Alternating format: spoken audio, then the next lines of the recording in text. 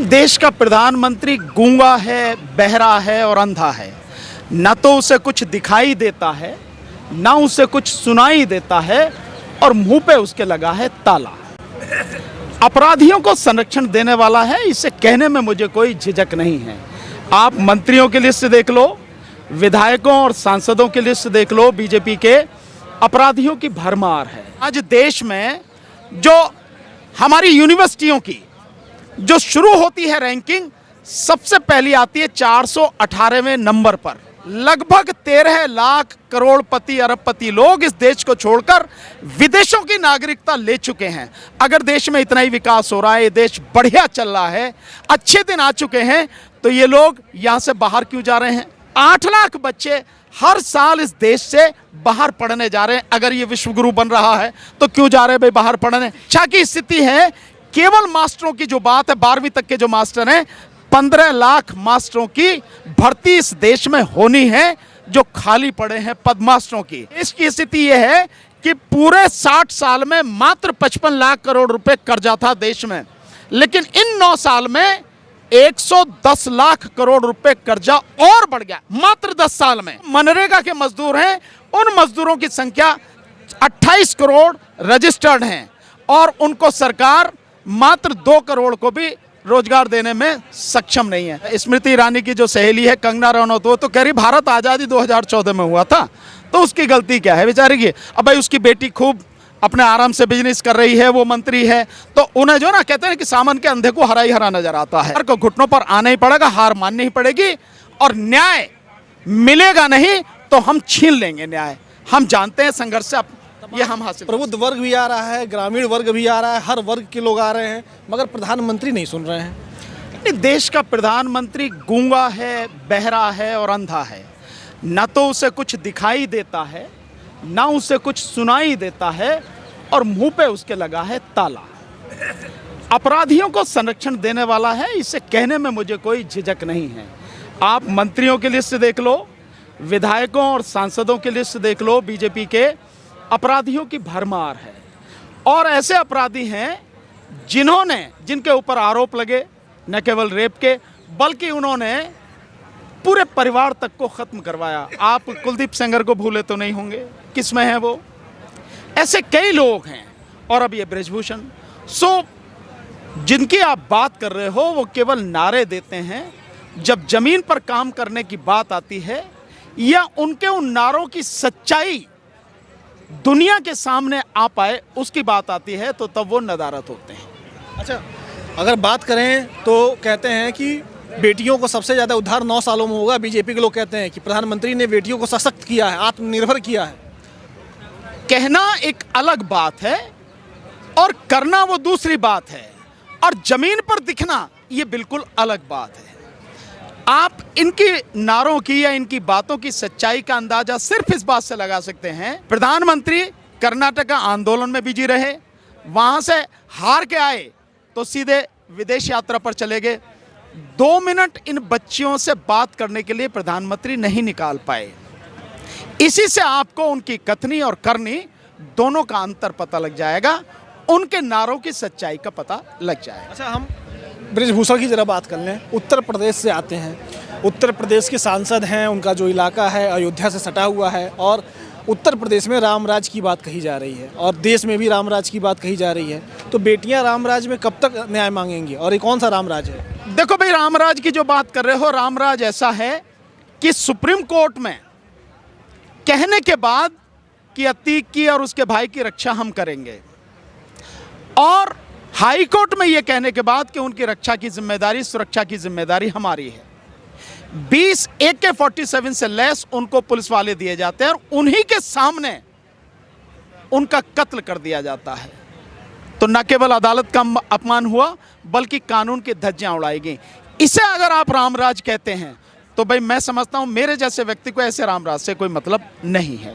रही दूसरी बात, अब देश में रामराज की बात कर रहे हो, प्रधानमंत्री पूछने को भी, कभी झूठे को भी उन्होंने नहीं कहा कि पूछ लें बच्चियों से, बताओ क्या दिक्कत है। उनका तो एक इशारा ही काफी है, और पूरे देश में हलचल है, पूरे देश के लोग इस आंदोलन में लगातार शामिल हो रहे हैं। और हो सकता है अगर प्रधानमंत्री नहीं सुने तो ये कुछ ही दिनों में ये आंदोलन पूरे देश में बहुत व्यापक रूप में आपको नजर आए, दिख जाए। हर जिले में भी ये आंदोलन हो सकता है, हर प्रदेश में आंदोलन हो सकता है। तो इसे अगर आप रामराज कह रहे हो और प्रधानमंत्री झूठ पर झूठ बोल रहे हैं, इसे अगर आप रामराज कह रहे हो देश का, तो भाई ऐसा रामराज किसी को चाहिए, हमें तो ऐसा रामराज नहीं चाहिए। लेकिन अब तो 24 का चुनाव भी आ रहा भैया, और 24 के चुनाव से पहले ये दावा किया जा रहा है कि अच्छे दिनों का जो वादा किया गया था वो पूरा हो गया।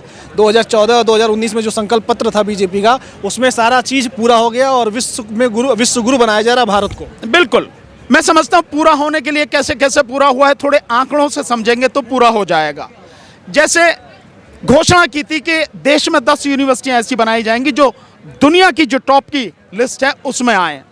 तो आज देश में जो हमारी यूनिवर्सिटियों की जो शुरू होती है रैंकिंग, सबसे पहली आती है 418वें नंबर पर, और वो है वो जो आपकी जो है हैदराबाद की यूनिवर्सिटी है, MBA वगैरह जिसमें होता है, IIM हैदराबाद, वो 418 नंबर पे है। उसके बाद में एक IIT वाली आती है, वो आती है 494 पर, और बाकी जो सारी यूनिवर्सिटियां हैं वो 600, 700 और 8वें नंबर पर आती हैं, 3-4 जो हैं। कहीं हमारा नहीं है। तो क्या इससे लगता है आपको देश में तरक्की हुई, बीजेपी ने अपना वादा पूरा किया? अभी जो रिपोर्ट आई है, दिसंबर 2022 तक देश में लगभग 13 लाख करोड़पति अरबपति लोग इस देश को छोड़कर विदेशों की नागरिकता ले चुके हैं। अगर देश में इतना ही विकास हो रहा है, ये देश बढ़िया चल रहा है, अच्छे दिन आ चुके हैं, तो ये लोग यहाँ से बाहर क्यों जा रहे हैं अपना व्यापार करने? अकेले दुबई में 84,000 कंपनियां हैं जो भारत के लोग वहां पर चलाते हैं। इस देश में क्यों नहीं चलाते अगर देश बढ़िया है तो? 8 लाख बच्चे हर साल इस देश से बाहर पढ़ने जा रहे हैं। अगर ये विश्वगुरु बन रहा है तो क्यों जा रहे हैं भाई बाहर पढ़ने? इसके अलावा महिलाओं की स्थिति में लगातार गिरावट आ रही है, उनके खिलाफ होने वाले अत्याचार लगातार बढ़ते चले जा रहे हैं, किसानों की आत्महत्या का आंकड़ा लगातार बढ़ रहा है, और उसके अलावा जो बेरोजगार युवक हैं उनकी मौत का आंकड़ा 10 गुना बढ़ चुका है। जो शिक्षा की स्थिति है, केवल मास्टरों की जो बात है, 12वीं तक के जो मास्टर हैं, 15 लाख मास्टरों की भर्ती इस देश में होनी है जो खाली पड़े हैं पद मास्टरों की। और बाकी और की जो बात आप देख रहे हो, उनमें आप देख रहे हो महंगाई लगातार बढ़ती चली जा रही है। किसान की आय दुगनी होनी तो 2022 में, और किसानों की आय 30% कम हो गई है। ये सारी स्थिति है। इनके अलावा जो और लगातार चीजें हैं, उन सबको देखते हुए देश को कहा जा रहा था कि मेकिंग इंडिया बनाया जा रहा था देश को। एक भी विदेशी फैक्ट्री यहाँ पर फैक्ट्री लगाने नहीं आई, कोई भी कंपनी यहाँ पर नहीं आई, बाहर भाग रही हैं, अपने ही देश के बाहर भाग रहे हैं। और जो देश की स्थिति ये है कि पूरे 60 साल में मात्र 55 लाख करोड़ रुपए कर्जा था देश में, लेकिन इन 9 साल में 110 लाख करोड़ रुपए कर्जा और बढ़ गया। मात्र 10 साल में, 55 साल में 55 लाख, 60 साल में 55 लाख, और 10 साल में 110 लाख करोड़ रुपए। आज की तारीख में 165 लाख करोड़ रुपए, यानी जितनी जीडीपी यानी देश का जितनी दौलत है, संपत्ति है, उस संपत्ति के लगभग 90% कर्जा है हमारे पास में, जो विदेशी कर्जा। यह है स्थिति। तो आप इसे अच्छे दिन कहोगे, इसे तरक्की कहोगे? बेरोजगारी की स्थिति क्या है? 27 करोड़ नौजवान इस देश में आज की तारीख में बेरोजगार। 27 करोड़ जो मनरेगा के मजदूर हैं, उन मजदूरों की संख्या 28 करोड़ रजिस्टर्ड हैं, और उनको सरकार मात्र 2 करोड़ को भी रोजगार देने में सक्षम नहीं है। इसे तरक्की कहोगे?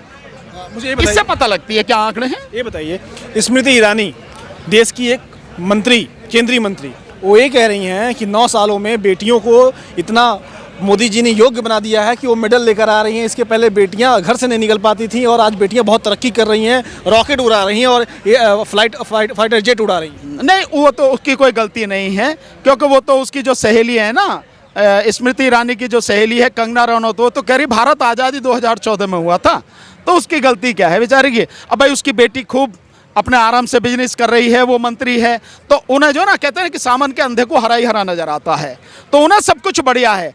बाकी देश से पूछो, और उनसे पूछो पीटी उषा 2014 में लेके आई थी मेडल। पीटी उषा कब लेके आई थी? बहुत पहले। ऐसी बहुत सी हमारी देश की महिलाएं हैं, बेटियां हैं, बच्चियां हैं जिन्होंने देश का नाम इस मोदी के साथ जन्म से भी पहले रोशन किया होगा। सो ये सब कहने की बातें हैं, उन पर सिर्फ कहना ही कहना आता है, हकीकत कुछ और है।